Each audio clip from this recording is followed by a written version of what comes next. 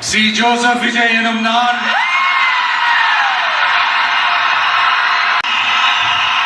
இந்திய அரசியல் அமைப்பின்பால் உண்மையான நம்பிக்கையும் மாறா பற்றும் கொண்டிருப்பேன் என்றும் இந்திய நாட்டின் ஒப்பில்லாத முழு முதல் ஆட்சியையும் ஒருமையையும் நிலை நிறுத்துவேன் என்றும்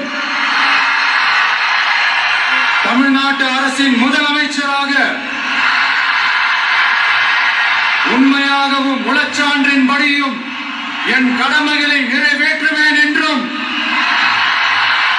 அரசியல் அமைப்பிற்கும் சட்டத்திற்கும் இணங்க அச்சமும் ஒருதலை சார்பும் இன்றி விருப்பு வெறுப்பை விலக்கி பலதரப்பட்ட மக்கள் அனைவருக்கும் நேர்மையானதை செய்வேன் என்றும் ஆண்டவன் மீது ஆணையிட்டு